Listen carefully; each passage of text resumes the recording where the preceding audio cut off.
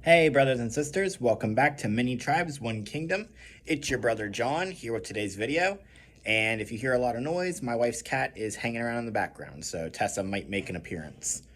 Can't promise anything, she's camera shy, but let's get right into this. So we're continuing with our discussion of the 10 Commandments today. Today we are on commandment number 6. Turn to Exodus chapter 20, verse 13. It's only 4 words. You shall not murder. So this one seems pretty straightforward. Don't kill. All right, that's it. That's the video. We're done. No. So yes, this commandment is straightforward in the sense that you shall not murder. You shall not take an innocent life. And obviously that means don't go out and shoot or stab somebody, but it goes beyond that. This doesn't just cover typical murders. This doesn't just cover either a premeditated murder or an act of passion. Both would be considered murder. It covers things that, honestly, society has become very soft on, such as abortion. Abortion is murder. Someone who has done an abortion, I don't know if that's the correct terminology to use for it, but someone who has performed an abortion is a murderer. Someone who had an abortion performed is complicit in that murder. So obviously, God does not want us shedding innocent blood, and it doesn't matter who it is. This also extends to assisted suicide and to suicide in general, euthanasia, all of this. This is all murder because it is taking the life of someone who is made in the image of God. And Jesus expands on this in the New Testament. So let's turn to Matthew chapter 5. We're going to read verses 21 and 22.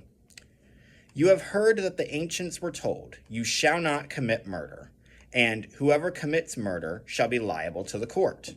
But I say to you that everyone who is angry with his brother shall be guilty before the court. And whoever says to his brother, you good for nothing, shall be guilty before the Supreme Court. And whoever says, you fool, shall be guilty enough to go into the fiery hell. All right. So Jesus expands on this commandment, as he does with many of them. See, it's not just the physical act of murder that God hates. It is spiritual murder as well. If you are angry with someone, then you may as well have killed them. If you harbor resentment or holding a grudge, for instance, unforgiveness is murder.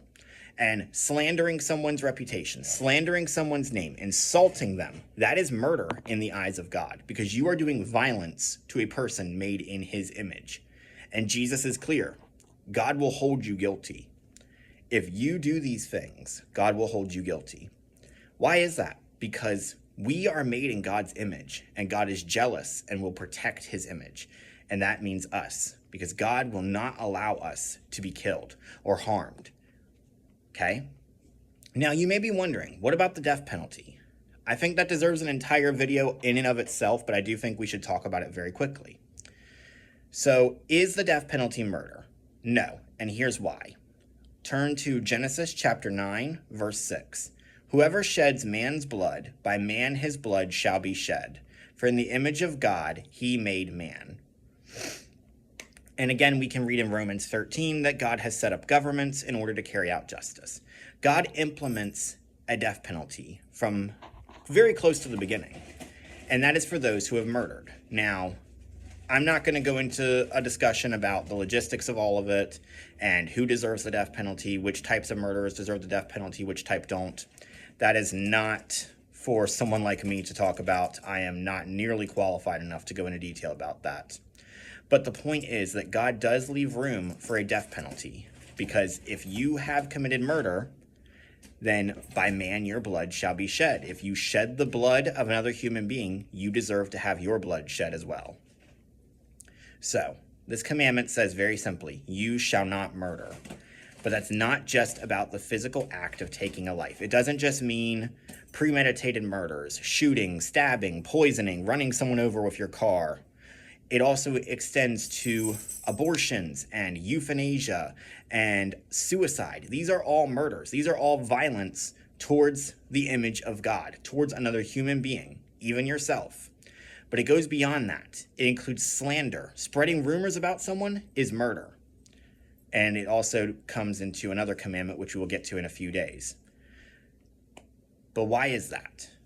Why does God hate murder so much? Because we are made in his image. So, you shall not murder. Let's live this commandment out.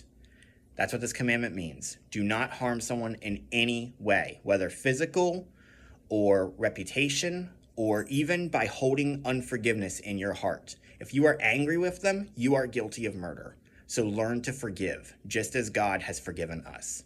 All right, that's the 6th commandment. Tune in tomorrow for the 7th commandment. Hit that subscribe button so you don't miss it. Give this video a like, share it with your friends, your family, your loved ones, and your enemies. Have a great day, and God bless you.